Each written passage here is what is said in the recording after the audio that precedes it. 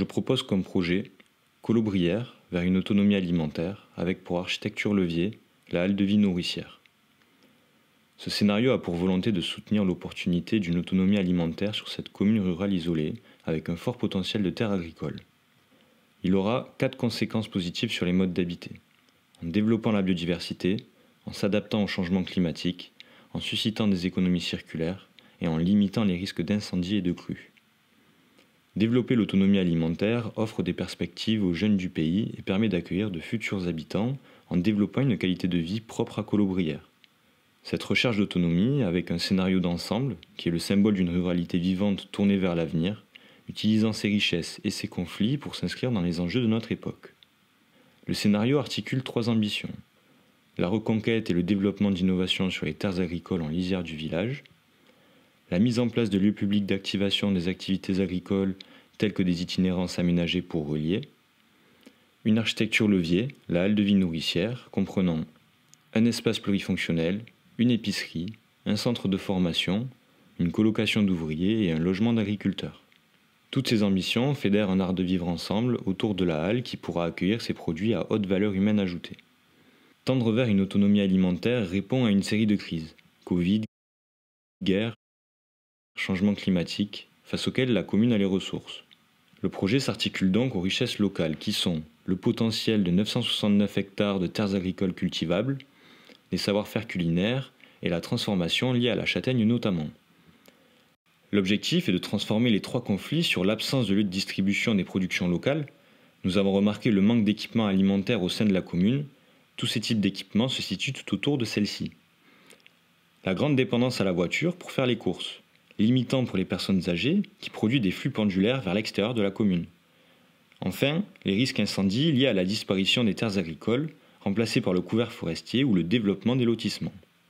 Pour être plus précis, la commune est habitée par 2000 habitants. Nous savons qu'il faut 1500 m² par habitant pour tendre vers une autonomie alimentaire hors viande et poissons. En faisant le calcul, cela nous amène à 300 hectares de maraîchage. Cela représente un peu moins de 3% de la superficie totale de la commune, sachant que celle-ci possède déjà 64 hectares de maraîchage. Ces chiffres permettent de se rendre compte concrètement de ce que représente l'autonomie alimentaire de manière théorique. Dans la pratique, il faut aussi prendre en compte le tourisme. Le scénario et son architecture levier n'ont pas pour but de rendre la commune totalement autonome alimentairement, mais de lancer une dynamique autour de ces enjeux pour tendre vers cette autonomie alimentaire dans un futur proche et une indépendance. Les acteurs qui ont un rôle dans cette dynamique sont les suivants.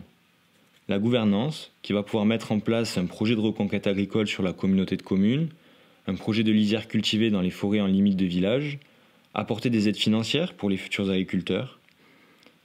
Les producteurs, eux, qui vont pouvoir cultiver ces nouvelles terres en s'adaptant aux nouveaux enjeux, qui sont l'urgence de la transition écologique, s'adapter et cultiver autrement, proposer leurs produits aux populations locales, et enfin les consommateurs, qui eux vont pouvoir profiter des produits locaux sans avoir à se déplacer hors de la commune.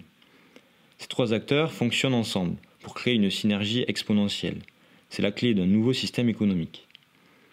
Le projet dessine 4 propositions d'aménagement sur le territoire à l'échelle de la commune. Les vergers linéaires, qui ont pour but de cultiver la lisière, du moins montrer que l'on peut cultiver autrement, avec des parcelles plus petites, où il n'est pas nécessaire d'utiliser des tracteurs.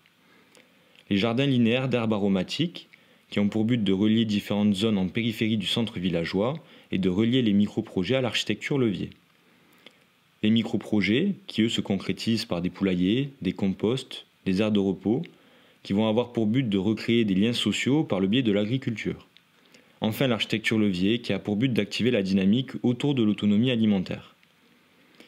Pour activer l'indépendance alimentaire, il est nécessaire d'avoir un lieu de distribution, la halle de vie nourricière. J'ai choisi un espace villageois abandonné, derrière la mairie, appartenant désormais à la commune. Ce lieu se compose d'une partie bâtie, au centre de l'îlot, sur 200 m² au sol, un second espace s'inscrivant dans le corps bâti de l'îlot, sur 90 m² au sol, et d'un espace jardin, du moins de sol perméable, habité par la végétation sauvage de 160 m². La parcelle est délimitée par un mur d'enceinte avec 3 entrées. J'ai fait le choix de cet espace pour implanter mon architecture levier par son positionnement stratégique au cœur du village pour le rendre traversant. Pour compléter une constellation d'équipements traversantes, par son potentiel de pouvoir habiter la hauteur, de créer de nouvelles perspectives, de nouveaux cadrages, de nouvelles qualités spatiales et de trouver un principe d'entonnoir. C'est un lieu en conflit entre l'usage de la voiture et le piéton, et ce lieu de projet peut résoudre ce conflit. Enfin, créer une continuité spatiale ainsi que des séquences urbaines. Dans son contexte proche, ce lieu a pour potentiel de créer des interactions avec les habitants et de les rassembler. De fracturer une opacité dans le corps bâti de l'îlot en proposant une porosité entre les espaces. S'inscrire dans la verticalité du site et offrir un rapport sol-ciel dans son usage. Le projet peut s'inscrire dans une temporalité longue, si le besoin en est pour la commune. Avant d'édifier une architecture levier, il est possible de commencer par une destruction du bâti préexistant. Les pierres feront l'objet de réemploi pour redessiner les sols des espaces, ainsi que pour créer des nus appropriables par les habitants. Un espace public né, où l'on peut déjà accueillir le marché et offrir une dimension sociale à ce lieu. L'architecture levier s'inscrit dans ce lieu de la manière suivante. 2 pleins vont permettre de créer un espace stimulant les interactions. Dans cet entre-deux se dessine une structure, permettant une porosité et une intériorité et offrant une mise en valeur des interactions. Les 2 pleins se percent pour laisser place à une rue intérieure, permettant une bifurcation, passer en dehors des interactions ou bien en devenir un acteur. Le tout pour offrir des échanges rayonnants dans ce centre d'îlot. L'édifice peut alors accueillir les différentes parties du programme. Les pleins accueillent les réserves pour le marché, des WC publics et un local poubelle, une chaufferie pour les espaces de formation et les logements, la distribution verticale, le centre de formation pour les futurs agriculteurs et ceux voulant se former aux nouvelles techniques, et une épicerie. Les logements s'inscrivent dans le corps bâti. Le rez-de-chaussée reste libre pour pouvoir traverser alors que la hauteur est habitée. Quant au vide, lui, se définit comme un espace plurifonctionnel, pouvant tout simplement abriter, accueillir le marché, offrir un espace de jeu pour les enfants, être un espace de fête ou bien un espace culturel. Couvrir un tel espace est possible par une structure en portique lamellé-collé. Elle supporte le toit fait de bardeaux de bois dans lequel s'inscrit une verrière, renforçant ce rapport longitudinal du projet en offrant aussi un rapport au ciel par cette lumière naturelle zénitale. 2 passerelles s'inscrivent dans les portiques pour connecter le niveau supérieur des 2 pleins renfermant le cœur du projet. Ces pleins se développent en briques d'adobe, permettant à la fois de supporter une partie du toit ainsi que d'offrir des qualités thermiques aux intérieurs. Les murs confrontés aux intempéries sont enduits à la chaux. Leur partie basse n'étant pas protégée par le débord de toit, ils sont nervurés pour ralentir la course de l'eau. L'usage de ces matériaux structurels se justifie aussi pour des raisons écosystémiques. Ces éléments se trouvent dans le département et les alentours de Colobrières. Ce toit, unificateur du projet, trouve son sens en facilitant l'aération des volumes, en abritant du soleil l'été tout en apportant suffisamment de lumière l'hiver. Enfin, il permet de collecter les eaux de pluie, pour ensuite être stockées dans des cuves.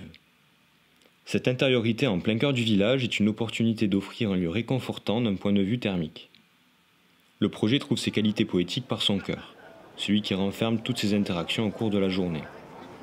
Suffisamment renfermé pour qu'en son intérieur les qualités traversantes du site soient mises en valeur par ces 2 ouvertures dans les blocs aux extrémités, et par cette verrière apportant une qualité lumineuse d'atrium à ce cœur. Suffisamment poreux pour qu'à proximité proche, autour du projet, elle soit visible, de jour comme de nuit.